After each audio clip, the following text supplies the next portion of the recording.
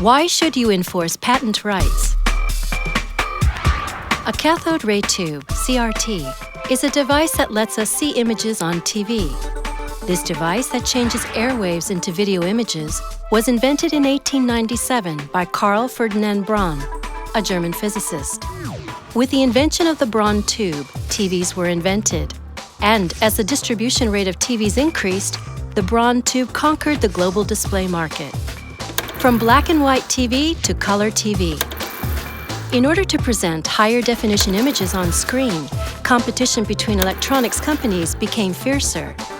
Zenith Electronics, which owned patent 368, the patent related to the Braun tube, was at a great advantage compared to other electronics companies. If a company with technological precedence possesses a strong patent, then the second movers can't help but compete at a disadvantage.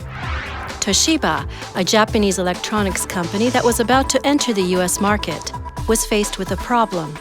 Toshiba realized that their color Braun tube would violate patent 368. Toshiba proposed to Zenith Electronics a licensing agreement that allows them to use the patent.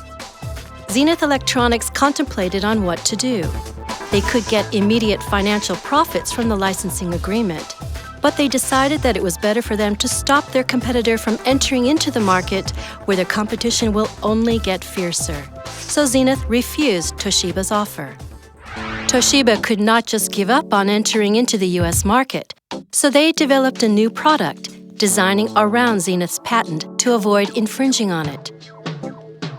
As a result, 2 years later in 1972, Toshiba created Black Stripe, a color Braun tube with innovative functions. Upon learning of the new product, Zenith sent Toshiba a warning about infringement of patent rights. Accordingly, Toshiba filed a declaratory action to investigate if they indeed infringed on Zenith's patent. The aim of Toshiba's lawsuit was to obtain a decision from the court that Toshiba did not infringe Zenith's 368 patent. Zenith's patent 368 was a strong patent where the scope of the interpretation of claims was wide. But Toshiba also had filed a considerable number of patents for Black Stripe by developing their technology design around Zenith's patent. In addition, Toshiba prepared a solid defense strategy by securing the appraisal of a patent expert and gathering an extensive amount of data, examining and analyzing prior technology that could be the grounds for the invalidation of patent rights. In 1975, the Federal District Court ruled that the 368 patent was invalid because certain claims of the 368 patent were invalid as to obviousness. Zenith appealed, but the CAFC supported the original verdict.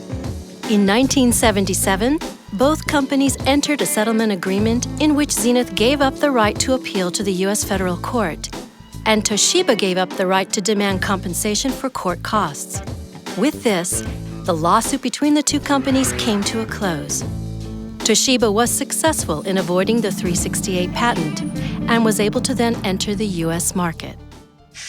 By possessing a strong patent, Zenith Electronics was able to delay their competitors' advancement into the market by 2 years. Toshiba, the second mover, actively plunged into a patent dispute and invented a product that was designed around Zenith's patent to counteract it while also applying for their own patents in the process. Patent disputes are so important that they can determine the success or failure of a company. But most companies are not thoroughly preparing for patent disputes. If companies realize the importance of patent management, unnecessary disputes will decrease and company competitiveness will rise.